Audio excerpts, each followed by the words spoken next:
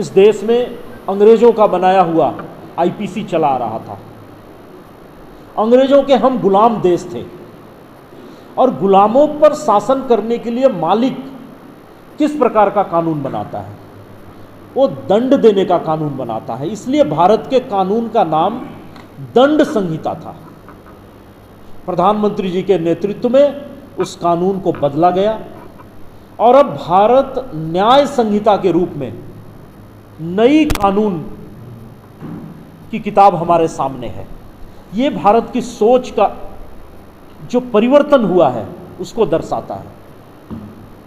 ऐसे सभी क्षेत्रों में गुलामी की निशानियों को मिटाने का कार्य हम कर रहे हैं। पूरे देश में राष्ट्रवाद अपने चरम उबाल पर है। प्रधानमंत्री जी के जिस प्रकार से देश में दौरे होते हैं, उनके दौरों से ही भारत के संपूर्ण भौगोलिक क्षेत्र में एक सांस्कृतिक राष्ट्रवाद की लहर उत्पन्न हुई है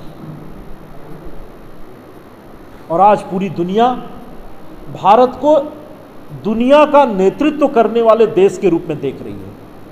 चाहे यूक्रेन रसिया का युद्ध हो, चाहे दुनिया के किसी भी हिस्से में कोई अशांति और विवाद पैदा हो, समाधान के लिए अब भारत को लोग पुकारते हैं। समाधान के लिए भारत अब हमेशा आपको प्रस्तुत मिलता है। प्रधानमंत्री नरेंद्र मोदी के नेतृत्व में ये एक नया भारत है जो अपने 140 करोड़ लोगों की आशा और आकांक्षाओं को पूरा करने के साथ साथ अब पीओके तो छोड़ दीजिए, पाकिस्तान के भीतर भी भारत के विरुद्ध किसी भी प्रकार की आतंकवादी घटना को अंजाम देने के लिए किसी भी आतंकवादी समूह को अपने शिविर बनाने के पहले 10 बार सोचना होगा, क्योंकि उन्हें अब पता है कि भारत उनके शिविर पे पाकिस्तान के किसी भी हिस्से पे जाकर के हमला कर सकता है, उसको पूरी तरीके से नस्तानाबूद कर सकता है।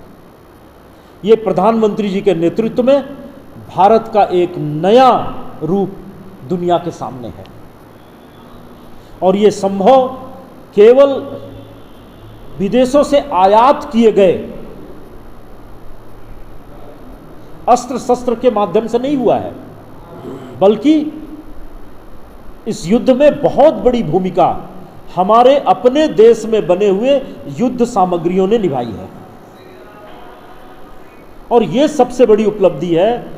छोटी सी छोटी रक्षा जरूरत के लिए हम विदेशों पर रहने वाले देश के रूप में जाने जाते थे। बहुत बड़ी संख्या में भारतीय मुद्रा विदेश चली जाती थी।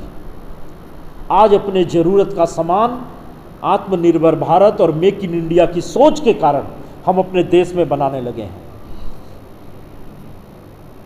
चाहे ब्रह्मोस मिसाइल की बात हो, तेजस लड़ाकू विमानों की बात हो, भारत अब अपने देश में अपनी रक्षा सामग्री न केवल बना रहा है, बल्कि विदेशी कई देशों को हम एक्सपोर्ट करने की भी स्थिति में हैं।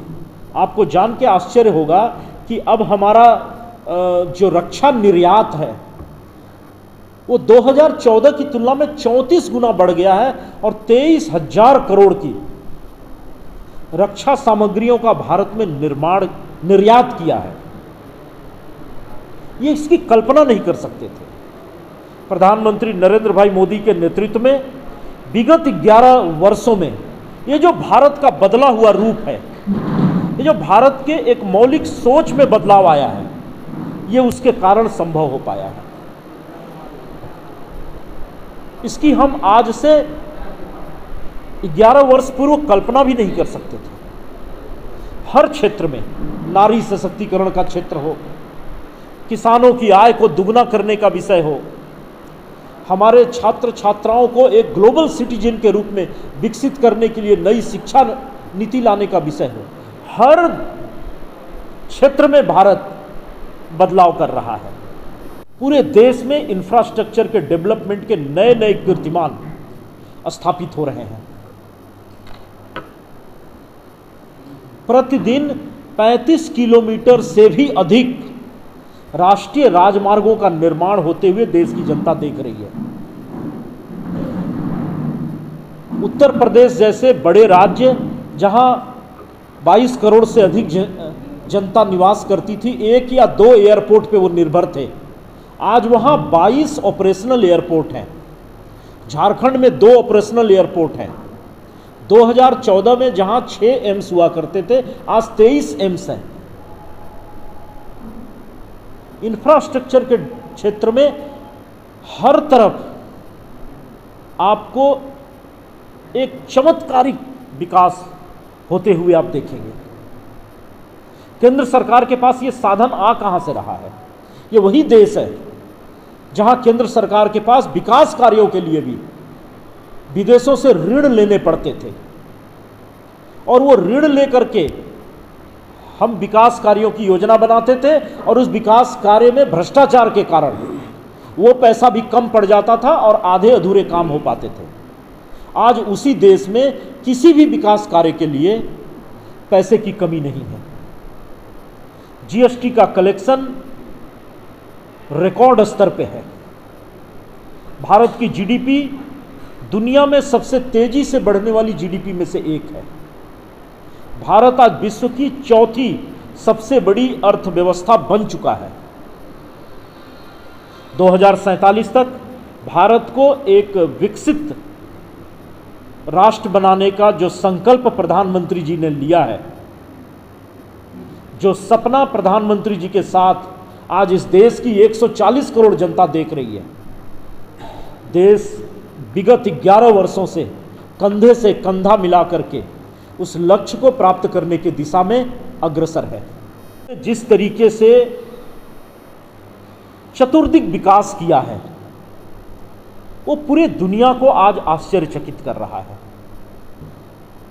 दुर्भाग्य से इसी कालखंड में हमने कोविड का महामारी का विभत्स रूप देखा।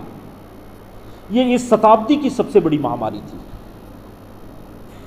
पूरी दुनिया तबाह हो गई थी, और भारत ने जिस तरीके से प्रधानमंत्री के नेतृत्व में इस महामारी का सामना किया, देश के 80 करोड़ लोगों तक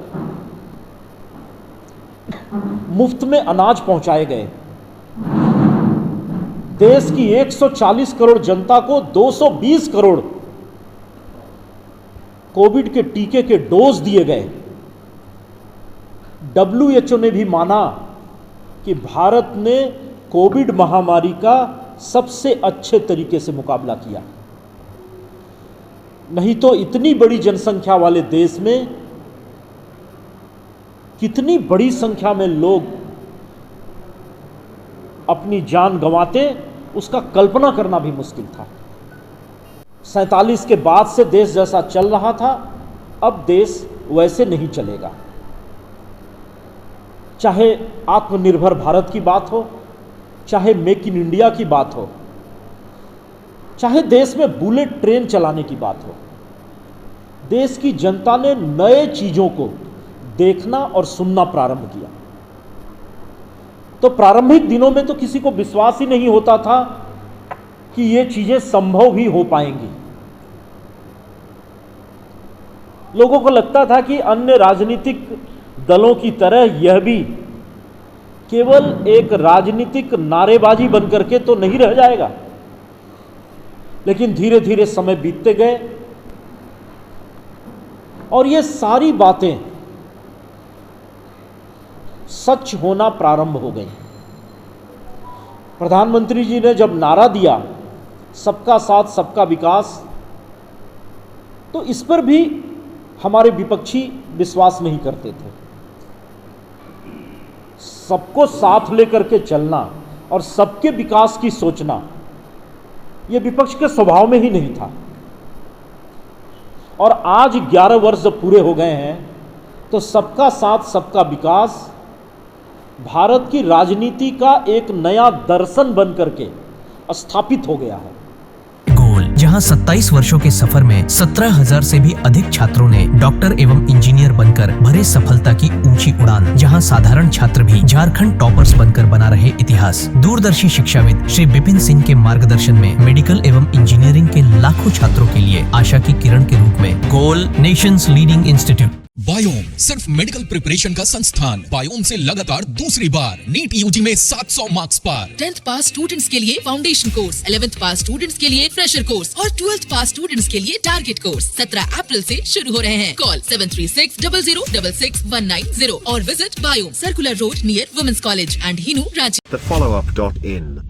Like, share, and subscribe.